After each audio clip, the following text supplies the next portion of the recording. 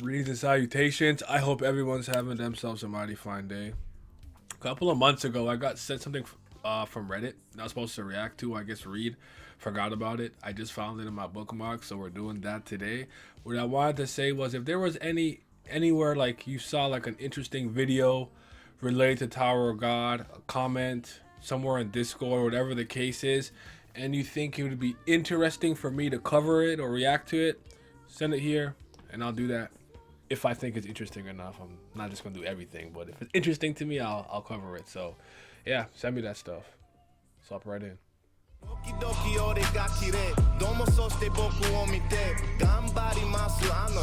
Y'all talking time just tick away. You ain't clocking hours on the day. All that watching stopping what you claim. Dollar crosses real got me name. Hoping God just get me out this way.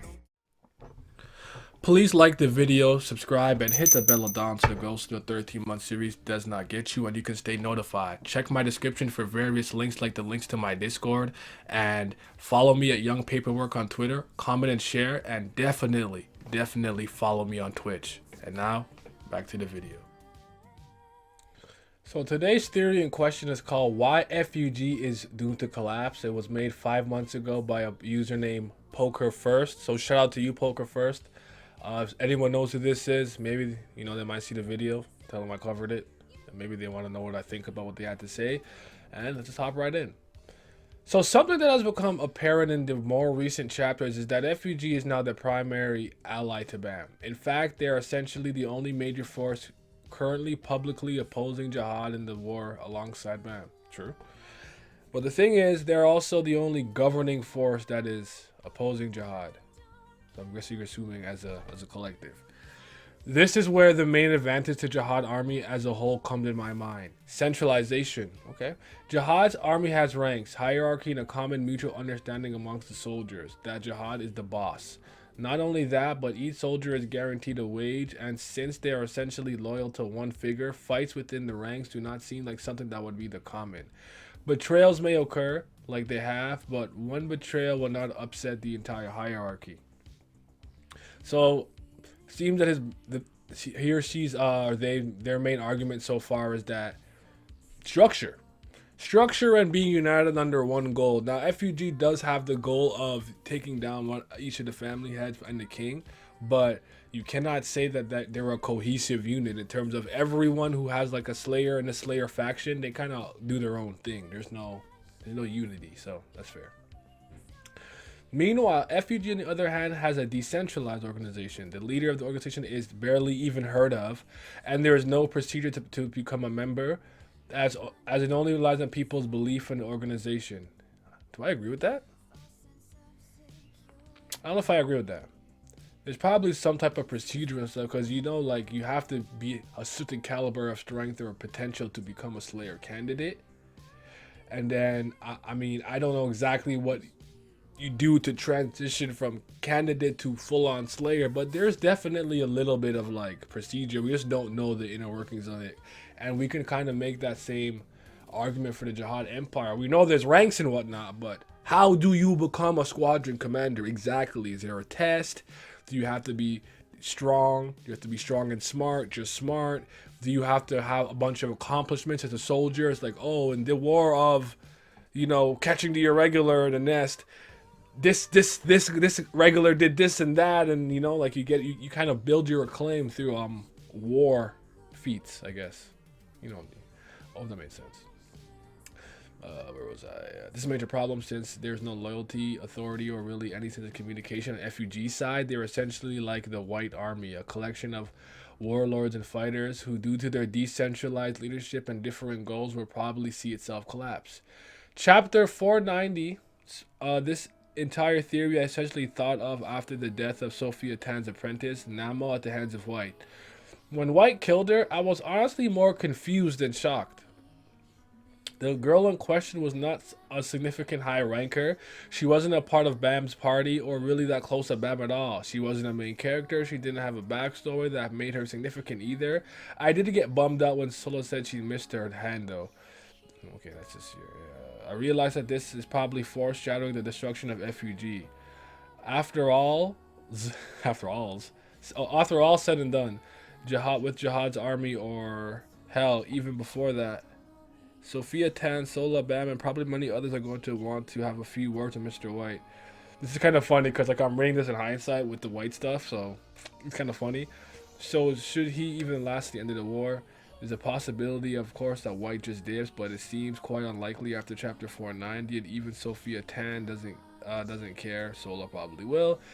This is also keeping in mind that Bam doesn't know about Prince and Arc after yet. Oh, White's gold. I see. I should have read this when I probably got it. It's a little dated with some of the stuff because of what we know now, but it's okay. We'll make it work. White's goal, unlike FUG, is to get stronger, and it seems that his goal is a hindrance to FUG. White will need to pay the piper. Just depends on how long the main characters notice the dead ones missing at this point, but I digress. So, obviously, you know, we have the conclusion to what happens with Bam and White already, so we don't really we don't have to speculate on a lot of this stuff. Like, White made his move towards Bam, tried to take him out, so to speak, so he could power up his own soul by consuming an irregulars to put him on a level of Arya Han, which he believed would have happened if he was able to consume an irregular soul. I honestly don't think it's going to be a big deal. Like in my opinion, what Caliban is doing and White is doing should shake up both organizations, because Caliban is gonna go for Lyboric's head and White came for Bam, but Bam, a Slayer candidate, beat a Slayer. So what does that do to the organization? Are they just gonna be impressed by Bam doing that? Is there any repercussions for White acting out of order? Because like you've lost a very powerful ally now that White is not as strong as he is, and plus now Vincente is the main host. So like, trying to see how the inner workings of that situation plays out in full is going to be really important. So let's see how that plays out. Yama's main goal is to sustain and protect his beastmen, his houndborns, while also targeting the higher ups of the Bia family. I'm not sure if he's shown animosity towards the family head, but I'll just assume that that's why he's a Slayer. And while this was helpful to FUG at first, they'll probably diverge from FUG's actual goal of defeating Jihad in the end. There's even be putting out by Jihad's man at the start of the arc. Nah, Yama's cool, man. He's fine. If you want more proof, how long is this? Sorry. Just out of curiosity. Okay. If you want more proof, look no further than basically all of Season 2. For the entirety of the season, FUG is not the ally. They are usually the hindering force to Bam and his friends, trying to kill them many, many times in order to give their person the thorn, or make their person stronger, or give their person souls, like be it Beta, Karaka, White, even Rachel. So everyone has their own internal motivations that may not necessarily align with what the overall organization wants. In my mind, this wasn't because of hesitancy or nervousness about Bam, like Sophia Tan implied, but it's because they wanted their champion to be the one to strike the final blow on Jihad and not Bam, even proving that he was stronger than all of them. It still literally took Jihad declaring a purge of their ideology and Bam defeating a ranker for FUG to very reluctantly comply with him. So it's obviously FUG would happily abandon Bam, even if he is literally the only one of the three active people who physically can kill Jihad, the other two being Rachel, Rek, neither whom are cooperating with FUG. Let me see. Yeah, I can see what he's saying. Like, where it's like, everybody who's following a specific Slayer probably wants their Slayer to do X, Y, and Z the most. Like, if I follow Karaka, I may not have any beef or problems with Yama, but at the end of the day, I'm not going to do anything that's going to hinder my Slayer's progress or goals, motivations, and ideals and things that they want to achieve throughout the story and Oath at the Tower. So I get the point. I'll say why I disagree after though. Like overall, maybe. If we were to examine each side as a political party with Jihad army on one side and FUG on the other, a normal Tower citizen would probably pick Jihad's side. Sure, he might be an evil man and is apathetic towards everyone, but he's also ruled and kept stability in the Tower for 10,000 years. Under his rules, there's stability, a good economy, and decent-ish system for creating new stronger rankers, with regulars going up through the Tower and being given tests by Jihad's men. FUG, on the other hand, to most people, is just a secretive organization of insane murderers who use fear and violence to get what they want. They aren't like the rebels. They are more like terrorists. Yeah, I've said that. Like or like a revolutionary army, depending on your perspective. Not only that, but they haven't even told us what their plan is once they actually accomplish their goal. Even if they do defeat Jihad, that people probably don't know about the secret way out past floor 135. Who's to say it even leads out? And playing devil's advocate for a second, say once the war is over and Jihad's dealt with Bam doesn't want to lead the people of the tower for all eternity or whatever. Then what then? Put the next strongest FUG leader in charge, then we're back to where we started. FUG as an organization cannot last until the end. They are simply a means to it. In conclusion, FUG's time is probably limited. They are fighting an organized, well-designed, maintained army, and FUG definitely isn't an organized army. It's a loose collection of groups and races that were assembled long before the story, whose goals have differed and changed from the primary goals of its creator over the years. Most likely, Hua, Ryun, and Lusalek know this and are probably only using the organization for the remainder of the war before abandoning them with Bam, but that's just more speculation. Okay. So all things considered, I think that was pretty solid theory.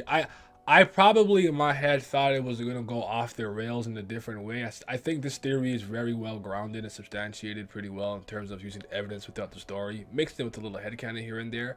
But ultimately, if your main argument is that FUG will not make it as an organization to the very end of the story, I can see that. But in terms of it being doomed to collapse solely because one army is more organized and the other one isn't, I don't agree with that, solely due to the fact that I do think that the FUG is going to be united under Bam. Bam is going to be the figurehead that completely changes the organization and how they move and how they act, to the point where I could see them going from floor to floor and doing things like, let's say if there's captured species, freeing those species, and then now deeds of FUG doing really good things will spread throughout the tower, and they'll be like, oh, it's being led by Juvio Grace, 25th Bam, whatever the case is, and as they are following Bam throughout the tower, they're making these accomplishments and doing these great things, and then, you know, perception around them is going to change. And I think what you said about,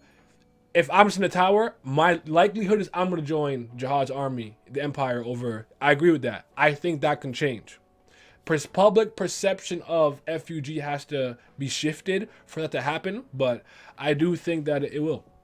I think Bam is the key at the end of the day, because I don't think that FUG is going to care much about what happened with White, despite Bam taking him out. And, you know, the solo thing, I don't think it's going to be a big deal either. I don't think they're going to really harp on that, honestly. But that was solid. That was a good theory. That was fun. So yeah, if you guys have any more you want to send me, let me send it to me, and I'll sift through it and see if it's interesting. And yeah, what did you think about this theory? Do you think FUG is doomed to collapse? Do you think that Bam is going to reform it? Do you have some other theory? Let me know in the comment section below. And you guys take care. Have yourselves a mighty fine day. In my drugs, pour it in my cup, sitting in my darkness with my ghouls, we